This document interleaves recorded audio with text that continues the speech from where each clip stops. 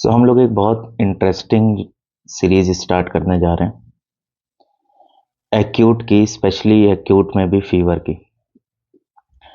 अब होता क्या है कि जब एक्यूट से एक होम्योपैथ के पास आता है, एक्यूट केस कोई भी हो, स्पेशली फीवर का, कफ कोल्ड का, तो वहाँ पे होम्योपैथी में इतनी ज़्यादा रेमेडीज हैं कि वहाँ पे जो फिजिशियन होता है वो कंफ्यूज्ड हो जाता है और उसका कॉन्फिडेंस लो होने लगता है कि कौन सी मेडिसिन प्रिस्क्राइब करें।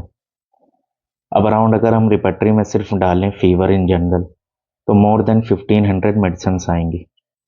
यही चीज कफ में भी है। तो ऐसी कंडीशन में एक होम्योपैथ को क्या करना चाहिए?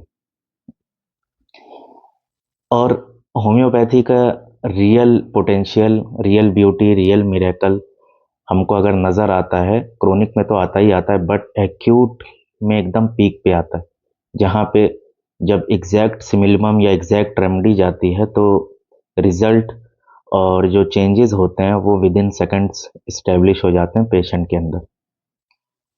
तो फीवर जनरली क्या होता है, काफ़ी डिफिकल्ट है। अब एलोपैथी में तो बस पैरासीटामॉल और जो एंटीबायोटिक्स हैं तो चाइल्ड्स प्ले की तरह है कि बस हमको स्पेसिफिक मेडिसिन देनी है। बट होम्योपैथी में एक कीन इस observation, highly develop skills, materia Medica की नॉलेज, बहुत ज़्यादा अवेयरनेस होनी चाहिए उस प्रेजेंट सिचुएशन में जो एक्यूट की होती है, और बहुत शार्प ऑब्जर्वेशन चाहिए। मतलब वहाँ पे एक भी पॉइंट मिस नहीं होना चाहिए, क्योंकि रेमेडी गलत हो सकती है एक पॉइंट के मिस होने पे। अब फीवर, जब हम फीवर के केस को अप्रोच करेंगे तो सबसे पहले क्या होगा कि हमें ये देखना है कि फीवर एक डिजीज नहीं है, एक सिम्टम है। तो फीवर आया क्यों है? तो हमें सबसे पहले एलिमेंट्स चेक करना है, कहाँ से आया है, एलिमेंट्स क्या है, उसका कॉज क्या है। उसके बाद फीवर की पैथोजेनेसिस देखनी है, मींस कि फीवर किस सिस्टम की वजह से इन्वॉल्व होकर आया है। यूटीआई की वजह से है, या रेस्पिरेटरी ट्रैक की इन्फेक्शन की वजह से, गैस्ट्राइटिस की वजह से, गैस्ट्रो की वजह से, या लोकोमोटर सिस्टम का फीवर है। मतलब कौन सा सिस्टम इन्वॉल्व है। इवन कार्डियो भी इन्वॉल्व हो सकता है, एंडोकार्डाइटिस वगैरह में, ये चीज। फिर नेक्स्ट हमको ये देखना है कि पेशेंट का टेम्परामेंट फीवर के पहले कैसा था और प्रेजेंट फीवर में कैसा है, या एक्यूट कंडीशन में कैसा है। फिर हमको ये देखना है कि पेशेंट जो है वो किस तरीके से एक्सप्रेशन दे रहा है, उसका गेट क्या है, उसका चलने का, बैठने का, खड़े होने का पोस्चर क्या है। ये सारी चीज़ें कंसिडर करी जाती फीवर में।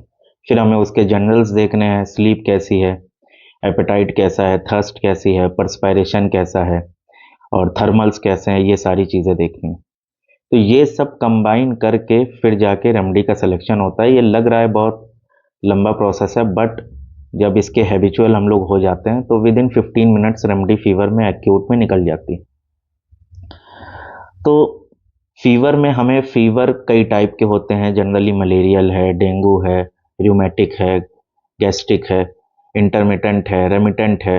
तो फीवर का हमें टाइप देखना है।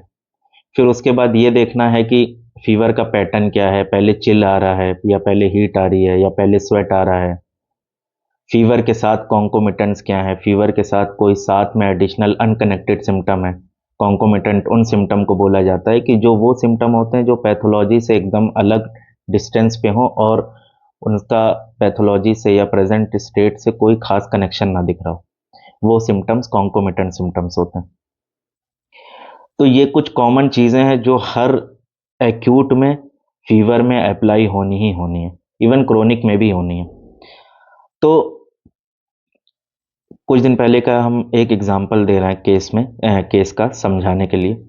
जैसे एक बच्चा था, उसको फीवर आया था, 102 पॉइंट समथिंग था, और 102.1 के अराउंड, 2 के अराउंड ऐसा था। और फिर बच्चा जो है एंटीबायोटिक्स और एंटीपायरेटिक ले रहा था, बट उसको ज़्यादा आराम नहीं हो रहा था। तो बच्चे के, जब हमने केस लिया तो बच्चा काफ़ी डल स्टेट में था, एकदम आंख बंद करके, कुछ मतलब वीडियो कॉल पे तो ज़्यादा वो कुछ रिस्पॉन्ड नहीं कर, मतलब उसका ये फिजिकल रेस्टलेसनेस ज़्यादा नहीं थी, एकदम डल टॉर्पॉर स्टेज में था। बट जब हम बच्चे से क्वेश्चन पूछ रहे हैं तो बच्चा एकदम तुरंत जवाब दे रहा।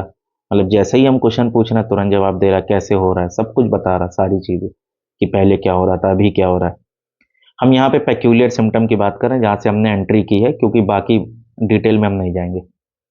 फिर बच्चे ने कहा कि ये सारी चीज़ हुई। फिर हमने मदर से पूछा कि बच्चे 2-3 दिन पहले क्या हुआ था जब से फीवर इसको स्टार्ट हुआ है। तो मदर ने कहा कि इसका रिजल्ट आया था और स्कूल में एग्ज़ाम में ये जो है इसके मार्क्स इसकी एक्सपेक्टेशन के अकॉर्डिंग काफ़ी कम आए। तो सबसे पहले सिम्पटम हो गया निग्लेक्टेड ड्यूटी, ये हो गया। फिर एम्बिशन डिसीव्ड, ये हो गया। तीसरा जो हमने कंफर्म किया जहाँ से एक रूब्रिक फेइंग सिक, कि बच्चा जवाब प्रॉपर दे रहा बट जो बच्चे की स्टेट थी वो बच्चे की जवाब से मैच नहीं कर रही थी। मतलब हमको ये साफ लग रहा था कि ये बच्चा हिस्टेरिकल जो है मेंटल स्टेट में, टेम्परामेंट में। तो तीनों सिम्टम्स में कंबाइन करके जो रेमेडी आ रही थी इग्निशिया, और इग्निशिया देने के बाद वो बच्चा जो है विद इन आवर्स में ठीक हो गया। तो ये एग्जाम्पल देने का मतलब ये है कि हमको ऐसे एंट्री करनी, हमको ऐसे ऑब्जर्व करना है एक एक सिम्टम, कि फीवर में ये मैटर करता है कि स्वेट कहाँ पे हो रहा है, किसी लोकल जगह पे तो नहीं हो रहा, इस फोरहेड पे तो नहीं हो रहा, चीक्स पे तो नहीं हो रहा, नोज पे तो नहीं हो रहा, लिप्स के ऊपर तो नहीं हो रहा, सिर्फ पाम्स में तो नहीं हो रहा, थाइज में तो नहीं हो रहा। मतलब एक एक जगह को हमको एग्जामिन करना है।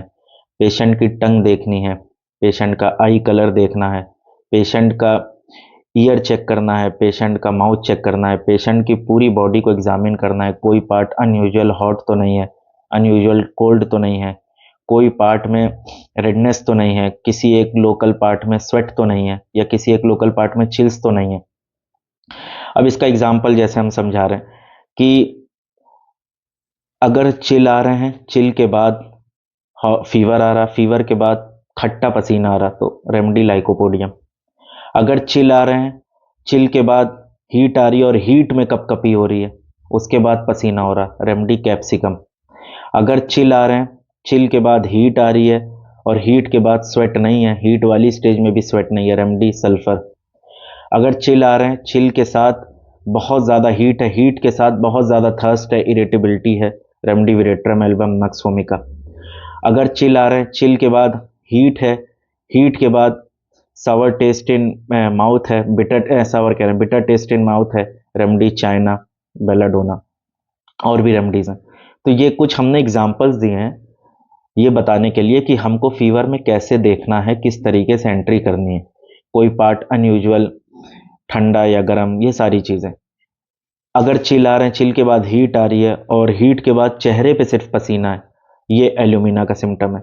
तो ये कुछ रेमडीज जो हमने बताई हैं, सिम्टम बताए, ये बार बार वेरीफाई होते हैं केसेस में, तो जाके ये हम डायरेक्ट बता रहे हैं कि ये मिले तो ये दे दो। मतलब इससे काफ़ी आसान हो जाएगा क्योंकि ये बार बार वेरीफाई हो चुका है। तो ये कुछ फीवर का हमने शॉर्ट में, ब्रीफ में क्या पूरा एक हमने आइडिया दे दिया कि कैसे हमको एक एंट्री करनी है फीवर में, किस तरीके से केस लेना है, क्या क्या चीज़ें ऑब्जर्व करनी है। टंग बहुत मैटर करती है एक्यूट में, स्पेशली फीवर में।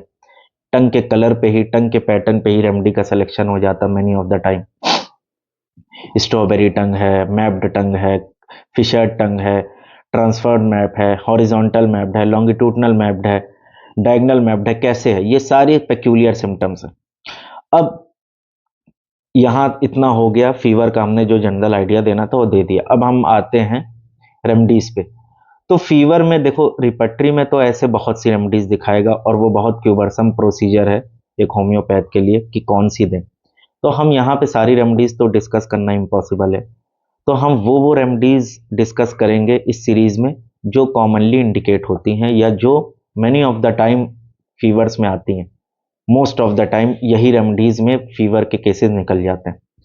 तो फर्स्ट रेमेडी हमारी लिस्ट में है एरेनिया डायडेमा।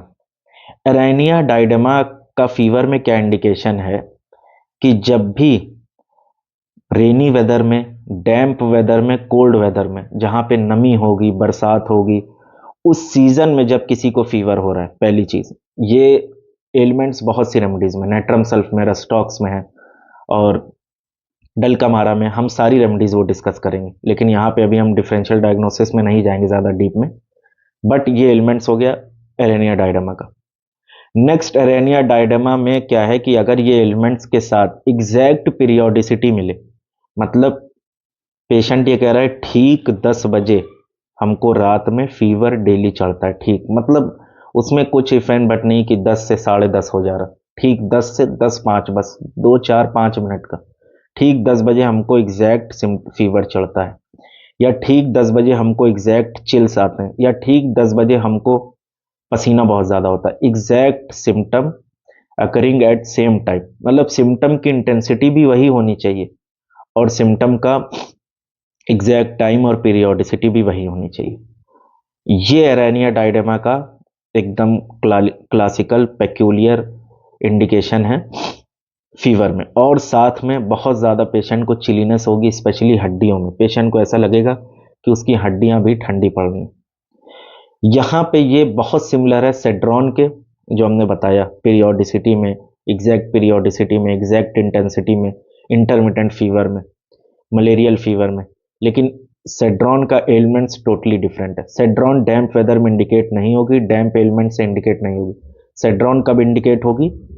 जब मार्शी एरियाज में, जहां पे धूप बहुत ज़्यादा होती है, जहां पे मतलब गर्मी वाले मौसम में, गर्मी वाले मौसम में जहां पे बहुत ज़्यादा लू चल रही है, वहां से एलिमेंट्स आया हो और तब ये एग्जैक्ट एरेनिया डायडेमा वाले सिम्टम हो, exact periodicity, exact intensity of symptom, recurrence of symptom, तो ये इंडिकेशन है सेड्रॉन का।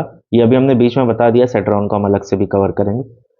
तो आज के लिए, अभी के लिए इतना। ये सीरीज कंटिन्यू होगी, बहुत इंटरेस्टिंग सीरीज है, तो सब लोग ये ज़रूर वॉच करिए, स्पेशली जो होम्योपैथ्स हैं, क्योंकि फीवर बहुत चैलेंजिंग होता है और यहाँ पे जो है एलोपैथ जो होता है वो many of the time mock करता है होम्योपैथ्स को कि तुम लोग फीवर नहीं ठीक कर पाते हो, बातें करते हो बड़ी बड़ी क्रोनिक डिजीज ठीक करने की। तो उनके एंगल से वो बात सही है, बट अगर इधर देखें तो बात काफ़ी डिफरेंट है कि क्यों फीवर डिफिकल्ट होता है। जैसे एक रिनाउंड होम्योपैथ है, उन्होंने कहा कि अगर तुम फीवर में 90% रिजल्ट दे रहे हो तो you are the best homeopath. मतलब फीवर में जब तुम्हारी इतनी एक्यूरेसी है, जहाँ पे प्रोबेबिलिटी ऑफ मेडिसिन बहुत हाई होती है, तो क्रोनिक केसेस में और जो पैथोलॉजिकल केसेस हैं तो वहाँ पे तो तुम इजीली प्रेस्क्राइब कर लो। तो अभी के लिए इतना, थैंक यू।